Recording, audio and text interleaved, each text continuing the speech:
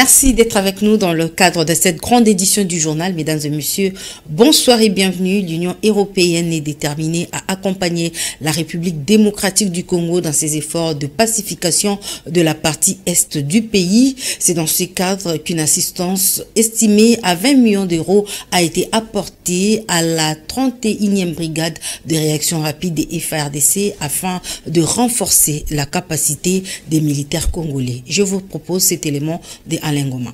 L'Union européenne a officiellement annoncé ce mardi une assistance de 20 millions d'euros pour soutenir la 31e brigade de réaction rapide des forces armées de la République démocratique du Congo dans le cadre de la Facilité européenne pour la paix. Cette initiative vise à renforcer les capacités de forces armées congolaises face aux conflits armés et à la présence de groupes armés sur le territoire. Une délégation de l'Union européenne comprenant des ambassadeurs des États membres se rend à Kindu, chef-lieu de la province du Maniema, pour renforcer les membres de la brigade bénéficiaire.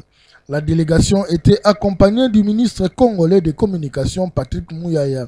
L'assistance inclut la fourniture d'équipements non létaux, la réhabilitation des infrastructures du quartier général de la brigade, et s'appuie sur le soutien technique du ministre de la Défense belge qui collabore avec cette brigade depuis une décennie.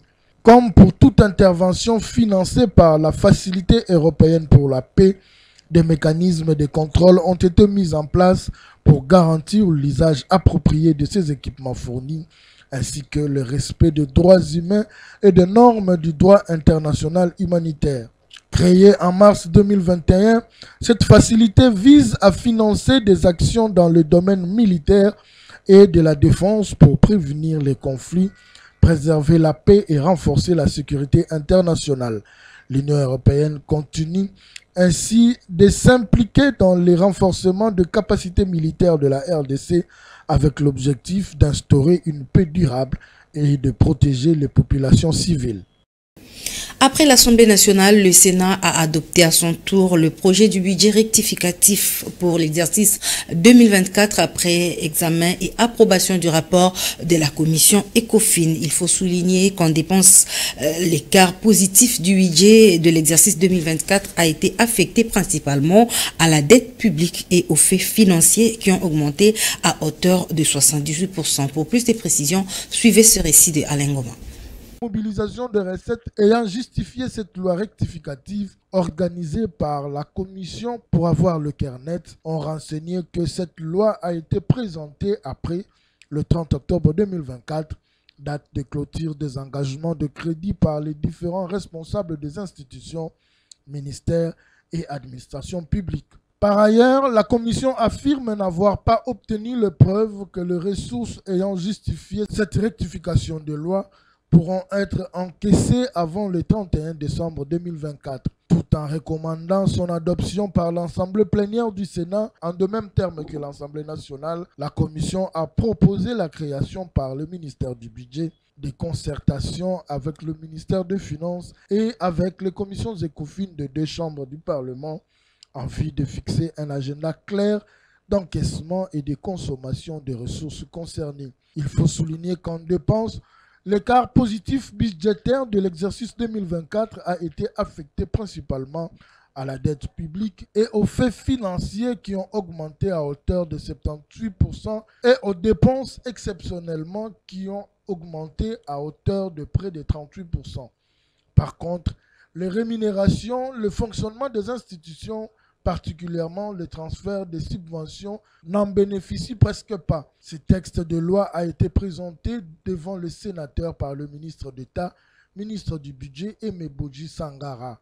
Ces nouvelles ressources ou recettes additionnelles font que le projet de loi de finances rectificative 2024 a désormais un taux d'accroissement de 8,4% par rapport au budget initial. Il est chiffré à 44 410 000 francs CFA et francs congolais, équivalent à 15 milliards de dollars contre 40 986 milliards de francs congolais. Après adoption de ces textes, il sera envoyé au président de la République pour promulgation. La session en cours, qui était essentiellement budgétaire, tend petit à petit vers sa fin. Une mise en garde sévère a été lancée à tous les bandits qui opèrent en République démocratique du Congo et particulièrement à Kinshasa. Le ministère de la Justice, en collaboration avec la police nationale congolaise, vont désormais organiser à partir de demain mercredi des patrouilles sur plusieurs rues de la capitale. Une commission a été mise en place pour organiser les procès en flagrance contre ces bandits de grand chemin communément appelés Kuluna. Ils seront condamnés pour terrorisme et certains subiront la peine de mort. Nous y reviendrons dans nos prochaines éditions. À quelques jours de la célébration des festivités de fin d'année, les embouteillages sont observés dans les artères de Kinshasa, dont la majorité présente un état de détérioration très avancé.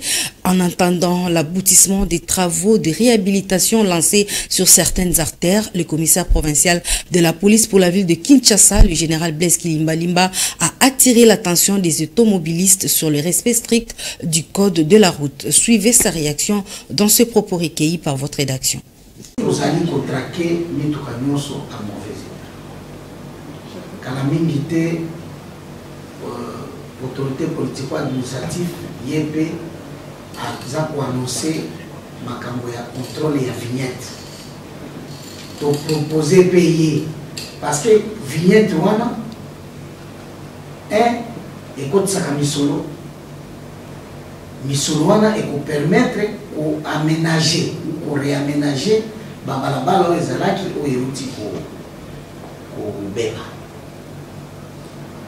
contrôle ya vignette parce que soko mutu kana ezali na vignette te moyen bima na balabala ezali te soko elimi police akangi yango ba service ekangi yango ekei na fourrière tango ekei na fourrière nombre ya véhicules ya mituka eza kotambola eza kodiminuer ngana uti observer na zokape rapport ya ville ya Kinshasa banda to bandi kaka eloko wana toza kaka seulement na au moins 180 véhicules mais déjà avec la restriction ya bato yo baza ko banga ko tambwisa mituka ya mabe toza na soulagement muke mais c'est qu'il tout pérenniser en nous. Il faut pas contrôler nos sous-soins et tant. Mais na autant qui pour le bandel, ils ont exécuté d'instruction au gouvernement central, au gouvernement provincial, pour exécuter l'idée qu'on a, en tant que agent de police. Une forte délégation de motocyclistes conduite par le président Zico Mukanga a été reçue ce mardi par le commissaire provincial de la police pour la ville de Kinshasa. Ces motards sont venus exprimer leur gratitude au commandant de la ville pour son implication dans la tracasserie routière. Je vous propose les détails dans ce reportage. Cette mobilisation tous azimuts des conducteurs de mototaxis exprime leur gratitude envers le commandant de la police pour la ville de Kinshasa pour la mesure annoncée sur l'interpellation des mototaxis seuls par la PCR. Les motocyclistes, membres de l'association du président Zico Mukanga, ont réitéré leur soutien au général Blaise Kilimbalimba qui a initié cette mesure afin de pallier à la tracasserie routière. Délégation Mobimbana, comité Nangaya Bureau, Nazali na vice-président chargé à la relation publique, na Elongo, na ba conseiller, les ba compagnie Mukolomolelo, ezali esengo. Pour la vision, ba motocycliste nyonso ya ville province ya Kinshasa, pour la kotala Elongo na mokangi oya la police, oya abengami na kombo ya général Blaise. Eloko ya kokama oyo ya sali parce que monaki ke mikolo oyo etikali ba motocycliste ya ville ya Kinshasa bazalaki penza na pasi mwa nzela ezalaki mwa mikakatano elongo na la police mais moi général na kolela na biso ayokaki yango nde toye mokolo molelo ezali mpona koya koremercier ye. À son tour, le général Blaise Kilimbalimba, satisfait de cette expression de gratitude, a invité les motocyclistes au respect des règles routières. Sans tergiverser, le commissaire provincial de la police pour la ville de Kinshasa a invité les motocyclistes à collaborer avec la police nationale congolaise afin de réguler la circulation routière à Kinshasa. Il faut pour éviter les quotas,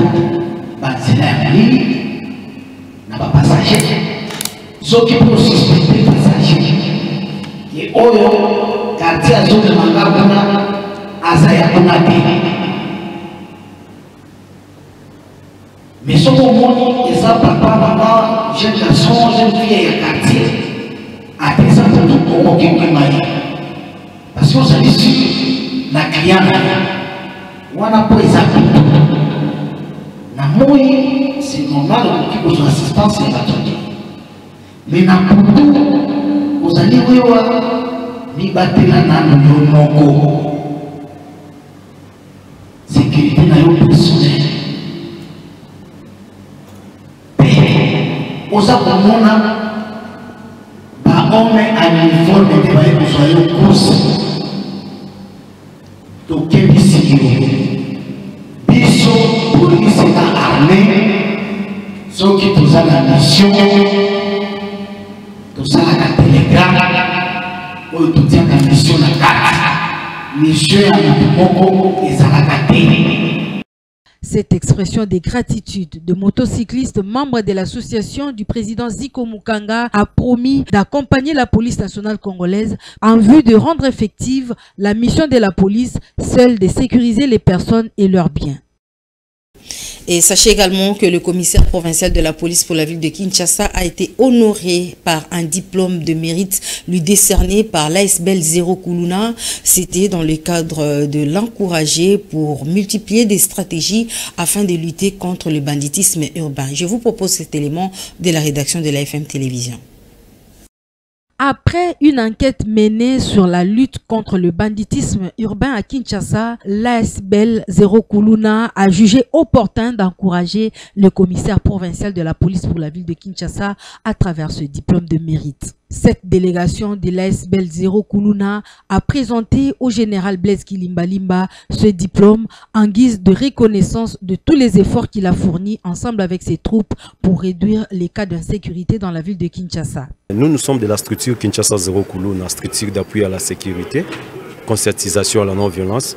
Et nous avons vu ce que le général fait dans la ville concernant le phénomène Kuluna, avec une génicité, avec une stratégie. Alors on ne pouvait pas rester, comment je peux dire, ignorant ou faire semblant comme si nous ne voyions pas. C'est pour cela que nous étions venus lui remettre un diplôme d'honneur et de mérites concernant les services qu'il fait pour la diminution du phénomène Kuluna, autrement dit banditisme urbain, enlèvement, meurtre, tracasserie. Et c'est cette voie-là que nous sommes passés à l'occasion pour remettre ces diplômes et puis remercier le général, lui faire voir les soucis que nous avons dans la structure, qui est bel et bien la campagne de la sensibilisation des dépôts volontaires de machettes que nous, dans notre structure, nous avons déjà commencé. Mais vu que nous le faisons de notre propre gré, nous voulons maintenant que ça soit accompagné par la police, ça soit accompagné par le service national de sécurité. À son tour, le commissaire provincial de la police pour la ville de Kinshasa, le général Blaise Kilimbalimba, a remercié cet ASBL et les a invités à s'impliquer également dans la lutte contre le banditisme à Kinshasa. La collaboration entre la police nationale congolaise pour la capitale ainsi que toutes les autres couches sociales s'avère nécessaire pour réduire tous les risques d'insécurité observés à travers la ville. Le général Blaise Kilimbalimba a réitéré sa volonté d'anéantir tous les cas d'insécurité ainsi que leurs auteurs. Dossier forage, l'ancien ministre des Finances n'a pas répondu à l'invitation lui adressée en qualité de témoin dans cette affaire. Le report de son audition fait suite à son état de santé qui ne lui a pas permis d'être présent au pays. Je vous propose les détails dans ce récit de Alain Goma. L'ancien ministre des Finances, Nicolas Kazadi, a sollicité le report de son audition devant la Cour de cassation en qualité de témoin dans l'affaire de construction de forages. Cité à comparaître à l'audience de ce lundi 2 décembre 2024, Nicolas Kazadi, à travers ses avocats, écrit à la Cour une correspondance dans laquelle il fait part de son impossibilité de comparaître à l'audition ce jour en raison de son absence du pays dû à des soins médicaux qu'il poursuit à l'étranger. Il a alors sollicité le report de sa comparution afin de venir déposer en toute sérénité et éclairer la religion de la Cour. Après lecture de la lettre ainsi que les pièces justificatives annexées, cette dernière a poursuivi avec l'audition des autres témoins en commençant par Moïse Donzangi, ministre du Développement rural. Dans cette affaire, François Roubota et Mike Kassenga sont poursuivis. Il est reproché à Mike Kassenga, représentant du consortium Sever Construct Cameroun SRL et de Sotra Water, qui ont conclu avec la RDC par le biais du ministère du Développement rural le 21 avril 2021 le contrat relatif aux travaux d'installation de forage, unités solaires de pompage et de traitement d'eau, de construction de stations mobiles de traitement d'eau de capacité de 2,5 mètres cubes par heure et 10 mètres cubes par heure, le détournement d'une somme estimée à 46 993 160 $ américains, représentant le solde du montant total de 71 816 829 $ américains reçus du ministère des Finances qui était entre ses mains en vertu de sa qualité, afin d'installer 241 forages et stations mobiles de traitement d'eau de capacité de 2,5 mètres cubes par heure et de 10 mètres cubes par heure. Quant à François Roubota, il est accusé de complicité avec Mike Kassenga dans le fait infractionnel lui reproché en demandant au ministre des Finances de payer le montant total au profit de Mike Kassenga, alors que ce dernier n'avait pas encore livré les 241 forages et stations de traitement d'eau qui devraient être préfinancées par lui au terme de l'article 5 alinéa 2 du contrat du 21 avril 2021.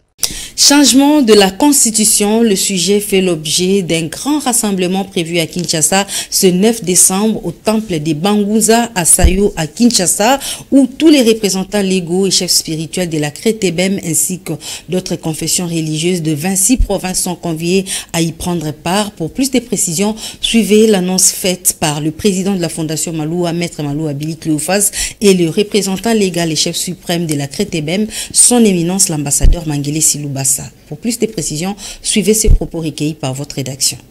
Matondo mingi mama mopanzi sango lelo bomoni ngai na ye pa ya son excellence Maloua wazali fondation Maloua mayoyo to witi kosolola na ye ezali tina na yango po banda bokoko na biso likunzi oyo tozalaki nango ya mibeko mboka oyo bobengi na lopoto constitution ezali ya biso te nde na ngonga oyo biso nde ngai tata Mangele Siloubassa chef suprême ya Bangunza pe représentant légal président général Mangele Simfumu Zikazizi Kongo bayala Kongo batelemisa Kongo mwana mbamba kalunga kalungisa ntangu yengonda entinu ntsaku enzinga uzinga makanda makulu makongo to yepote mayo ya spiritualité ya ba congolais ya Afrika oyo vandi na kati na biso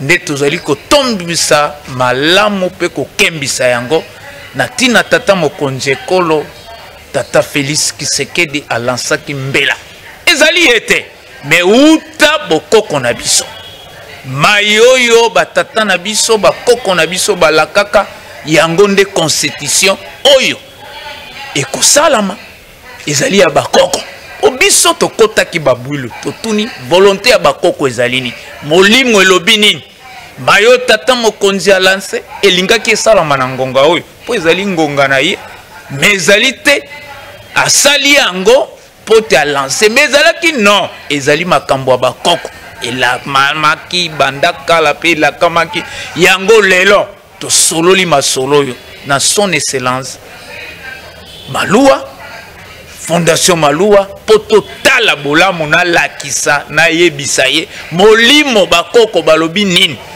to sololi yango malamu yango na sengi na ba congolais na ba tata représentant na ba chef spirituel na ba représentant légal Naba maman présidente, Naba directeur du cabinet, ba chef du cabinet, Bana Congo, les 9 na Koloba. Lundi, le 9 décembre, Bissonyonso na temple central ya Banguza, PV Alongo na Sayo. avant okoma église ya bima liboso wana tokutana biso nyonso ba congolais nyonso toute tendance confondue, église de réveil, église autochtone, église traditionnelle, église catholique, église orthodoxe, église indépendante, armée du salut, église du Saint-Esprit. Eza ebele nyonso tokokoka kotanga yango awa te. Eloko na kuluka na rapele eyali moko tango ekoki oyo ba congolais sikawa balingi bakoma histoire na bango, constitution na bango, pasi nyonso oyo toza komona tolukaki yango te, ba importeraki biso yango tokokende ti wapi na pasi oyo. La confession religieuse de l'Union des Églises indépendantes soutient également ce projet de changement de la Constitution annoncé par le chef de l'État. C'est l'archevêque Prima, président et représentant légal national de l'UEIC qui l'a annoncé. Son éminence, Monseigneur Dr Simon Nzinga Maluka, a en outre appelé les politiques et la population congolaise à un apaisement car le changement de la Constitution ne peut en aucun cas allumer le feu en République démocratique du Congo. Reportage Fifi Kalumbwe et Rabi Fouka. Selon l'initiateur de ce projet de la révision constitutionnelle qui est le président de la République Félix Tshisekedi, l'actuelle constitution a été rédigée par les étrangers et comporte plusieurs faiblesses qui nécessitent d'être révisées. Un avis soutenu sans embâche par son éminence Monseigneur et Dr Simon Nzinga Maluka, l'archevêque Prima, président et représentant légal national de la confession religieuse de l'Union des Églises indépendantes du Congo. Ce serviteur de Dieu estime que la loi fondamentale doit répondre aux besoins des Congolais. J'ai béni le Seigneur qui a voulu que je sois congolais. C'est pour l'intérêt de la population congolaise et que l'Union des Églises indépendantes du Congo, avec ses 790 lieux de culte ou paroisses, soutient la volonté du chef de l'État pour la révision de la Constitution. Ce sont des textes, qui doivent subir des changements ou des révisions parce que ce sont des œuvres, c'est l'œuvre humaine. L'œuvre humaine a été toujours portée de faiblesse. Donc, s'il y a à corriger, s'il y a à réviser, il faut le faire. En croire le numéro 1 de la confession religieuse de l'Union des Églises indépendantes du Congo, son éminence Monseigneur Simon Nzinga Maluka, la Constitution elle-même prévoit dans l'un de ses articles sa révision. Il n'est donc pas important de s'entretiller pour cette révision, d'où ces messages de paix et de l'unité au peuple congolais. Et la Constitution elle-même parle de la révision constitutionnelle, donc je ne vois pas pourquoi il faut éviter ça. Cela ne doit pas nous diviser. Et je demande à tous les politiciens, à la société civile, d'être derrière ça. Attendons la commission et on va nous donner des projets et nous allons discuter. Moi, je ne pense pas qu'il faut déjà commencer à mettre nos commentaires, à dire ce que la loi ne dit pas, de dire ce que la personne n'a pas dit. Il faut attendre le temps et que nous allons décider ensemble de protéger la paix que nous avons déjà gagnée. Le pays a tellement souffert et qu'à l'Est, nous avons la guerre. Ne donnez pas l'occasion de nous diviser pour qu'on puisse profiter encore de continuer à détruire notre pays. Restons serrés, ensemble, gardons la paix que Dieu nous a donnée et continuons à prier pour notre pays. Soutenons cette idée-là et je pense que ça va marcher. La confession religieuse de l'Union des Églises indépendantes du Congo salue également la proposition du chef de l'État de créer un cadre de concertation pour réussir cette démarche. Le porteur de la vision lui-même a déjà proposé qu'il va créer une commission. Il va mettre tout le monde ensemble, les politiciens, la société civile. Donc nous attendons cela. Nous prions pour ça que Dieu puisse nous donner la volonté de le faire, afin que les populations soient là et qu'on en discute. C'est bien, je crois que c'est pour le bien-être de la population congolaise. L'archevêque primat de la confession religieuse de l'Union des Églises indépendantes du Congo appelle par ailleurs les fidèles de cette grande confession religieuse, membres de la plateforme des confessions religieuses de la RDC, à prier pour le pays pendant cette période. Oui, pour nos fidèles en RDC, de l'Union des Églises indépendantes du Congo, les bornes ne sont pas déplacées, les bornes sont là. Soyez apaisés, nous avons la paix. L'Église qui dit nous a donné, personne ne va l'arracher. Donc nous sommes là, nous venons sur le Seigneur pour cela. Prions pour le pays, prions pour notre chef de l'État, prions pour les autorités, prions pour les politiques et la société civile, afin que la paix règne au Congo. Que Dieu nous bénisse tous. Contre toute attente, ces messages de soutien, de paix et de l'unité lancés par l'archevêque primat de la confession religieuse de l'Union des Églises indépendantes du Congo est une inspiration divine pour une paix durable en RDC, a indiqué son éminence Monseigneur Simon Nzinga Maluka. Et en sport, on parle de la 26e édition de la CAN Handball. La République démocratique du Congo a perdu face à l'Angola. Une rencontre au cours de laquelle le président de la République a pris part. Mais bien avant le déroulement du match, Lionel Ngolo, qui est notre envoyé spécial au stade de Martyrs, retrace l'ambiance qui a régné lors de cette compétition. Alors c'est le gros test qui se prépare pour la République démocratique du Congo, le pays hôte, on rappelle, qui affronte les tenants du titre. Donc c'est un des matchs les plus attendus de cette 26e édition de la Coupe d'Afrique handball senior-dame. On rappelle l'Angola qui est en tête, la RDC qui a perdu un de ses matchs, c'est contre le Cameroun, la RDC qui veut en tout cas se venger surtout. Faire les bons scores, pourquoi ne pas battre l'Angola, donc ça se joue dans le petit détail. Et la RDC qui a eu une dernière séance d'entraînement avant ces matchs, on rappelle c'était hier lundi, le jour des repos justement, et on a posé des questions au sélectionneur qui est revenu par rapport à ces matchs. Et il y a même les filles, les fauves congolaises qui l'ont dit qu'elles étaient prêtes à jouer ces matchs, à faire plaisir aux supporters congolais. Donc on sent déjà de l'effervescence. Il n'y a plus d'espace, des places ici au gymnase Jimilé 2, ici au stade des Martyrs. Il y a la présence du chef de l'État qui est annoncée évidemment pour venir soutenir nos fauves congolaises. Un match crucial, un match très important. En tout cas, battre déjà l'Angola, même si on va le dire, la RDC est déjà qualifiée, tout comme l'Angola, mais déjà battre les tenants du titre, on va encore redonner une confiance stratosphérique à cette équipe de la RDC. Il y a des qualités évidemment à côté de la RDC pour faire mal, et à l'image également de la gardienne Cécile qui fait jusque-là une très bonne compétition. Il y a beaucoup de joueuses, il y a la capitaine en tout cas, elles sont prêtes, elles ont eu une très large préparation évidemment avant de jouer ces matchs. Donc tout annonce que ça sera un match très important entre les deux équipes qui se connaissent en matière de handball. Nous allons reprendre Lionel Ngolo qui retrace ici les résultats d'autres rencontres de la 5e journée de la CAN Handball.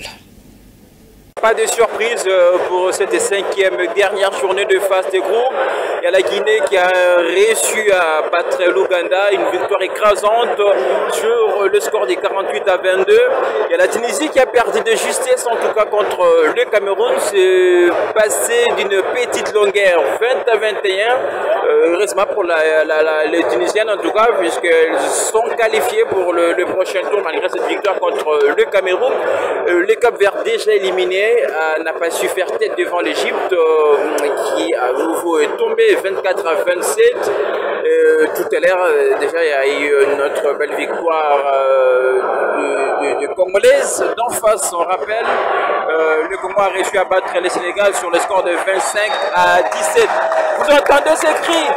Ça c'est les prochains matchs qui arrivent. La RDC qui affronte l'Angola, les tenants du titre. J'en parlais évidemment il y a tout à l'heure, il y a quelques minutes. Donc déjà avec ce résultat, nous avons déjà l'idée sur le probable quart de finale. Il y a l'Angola déjà qui probablement jouera les Cap-Verts. On rappelle les Cap-Verts qui n'est pas totalement éliminé. On peut avoir une affiche Sénégal-Guinée et la RDC aussi déjà qualifiée peut avoir l'Égypte comme adversaire lors du prochain tour. Et puis on aura un autre choc pour clôturer les probables quarts de finale Cameroun, Congo, Brazzaville. Voilà en quelques mots le résultat cette 5e et dernière journée de phase de groupe. Mesdames et messieurs, c'est par cette note sportive que nous bouclons complètement cette édition du journal. Merci pour votre aimable attention. Excellent suite de programme sur la FM Télévision. Vous ne serez jamais déçus.